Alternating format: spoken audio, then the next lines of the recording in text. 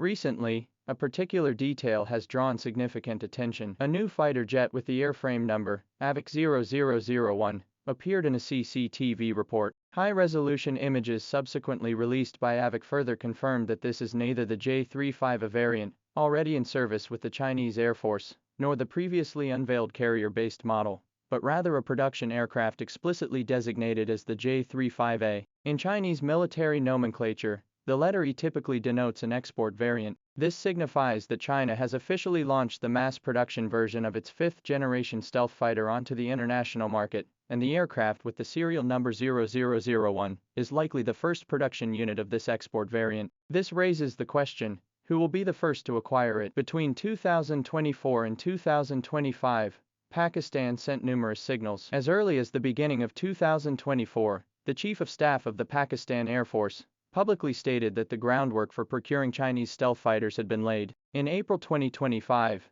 he confirmed a procurement plan for 40 aircraft. In June, the official social media account of the Pakistani Prime Minister's office released a statement disclosing details of a major contract worth approximately $12 billion, which included 40 J-35s. Although different sources vary on the exact timeline, the core information is highly consistent. Pakistan will begin receiving J-35 stealth fighters in the near future. Consequently, this No. 0001 aircraft is widely interpreted by the outside world as the first unit of Pakistan's order, and this inference is well-founded. However, even more intriguing than the delivery timeline is another question: if this aircraft is indeed intended for Pakistan, will its overall performance surpass that of the J-35A used by the Chinese Air Force? Those who make this speculation have their own reasons. They believe that the J-35A, in the Chinese Air Force's system, plays the lower-tier role in a high-low mix, that is, it forms a combination with the J-20. The J-20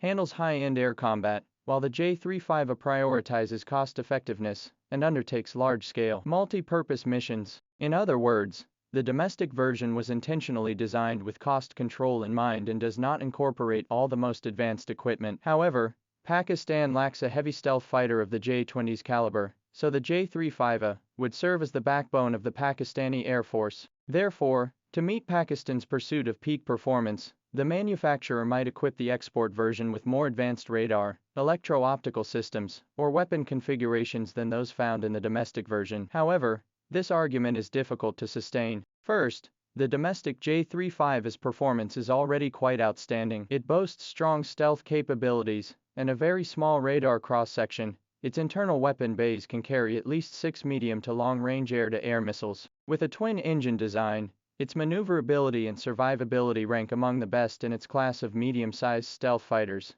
and it is capable of supersonic cruise. Given this solid foundation, the practical gains from further upgrades would be very limited. In other words, even without any modifications to the domestic version, the J-35's combat capabilities are already sufficient to handle the vast majority of adversaries. Secondly, no country possessing advanced defense technology would fully disclose its most core and sensitive technologies to foreign customers when exporting equipment. Export variants typically lag behind domestic versions in key areas such as radar detection range, electronic warfare capabilities, and weapons compatibility. This is not due to a lack of technical capability, but rather fundamental security and strategic considerations. Therefore, the notion that export variants are superior to domestic versions has virtually no precedent in reality. Even if there were theoretical room for improvement, Pakistan might not necessarily need such a more powerful version. The core objective of the Pakistan Air Force is to counter the Indian Air Force. So, what is the status of India's fifth-generation fighter program? The maiden flight of the domestically developed ANCA project has been postponed until after 2029,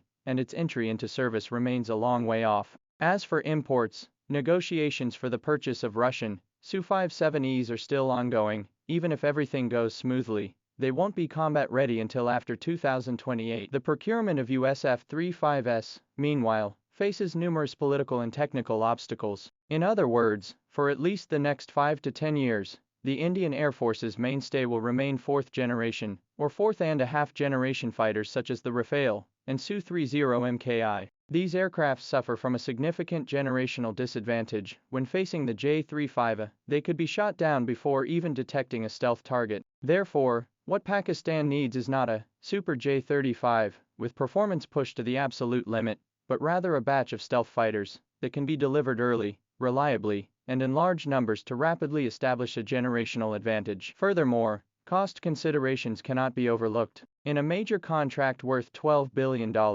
the 40 J-35s account for a significant portion. Pakistan's annual defense budget is only about $9 billion, even with financial support from Middle Eastern countries like Saudi Arabia. Absorbing this expenditure requires careful budgeting. If the unit price is further inflated in pursuit of marginal performance improvements, it would instead reduce the procurement volume or increase the fiscal burden. For Pakistan, the more practical need is to acquire a stealth fighter that is cost-effective, easy to maintain, and capable of rapidly achieving operational readiness. It would be even more ideal if a more cost-effective, simplified version could be introduced, allowing Pakistan to field a larger number of fifth-generation fighters. Another point worth noting is that the operational environment of the Pakistan Air Force differs from that of the Chinese Air Force. The Chinese Air Force must contend with the large-scale deployment of US F-22s and F-35s in the Asia-Pacific region, as well as Japan's F-35 fleet, necessitating high-end platforms like the J-20. Pakistan's primary adversary,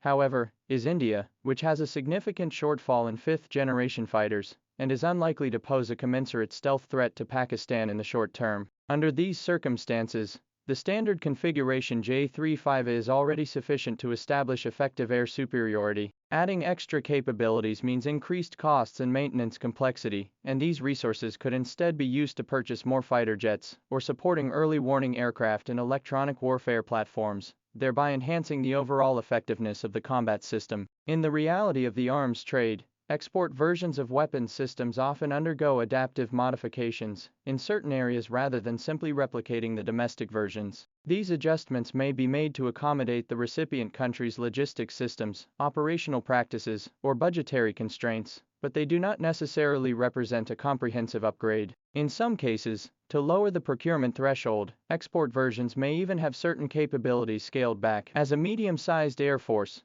Pakistan places greater emphasis on building integrated combat capabilities, rather than pursuing extreme performance in individual pieces of equipment. In fact, the Pakistan Air Force demonstrated a similar approach. When procuring the JF-17 fighter, it prioritized large-scale procurement and a mature support system over the accumulation of cutting-edge technology. Therefore, regardless of who ultimately receives the J-35A production aircraft designated 0001, its performance specifications will most likely not exceed those of the version used by the Chinese Air Force. Yet this in no way diminishes its potential to become a decisive air power in South Asia. During the window of opportunity, while India's fifth-generation fighters remain delayed, the standard configuration J-35A is already sufficient to disrupt the existing balance of power. What Pakistan needs is to secure this generational advantage as soon as possible, rather than spending more money and waiting longer in an unnecessary arms race. This small, no.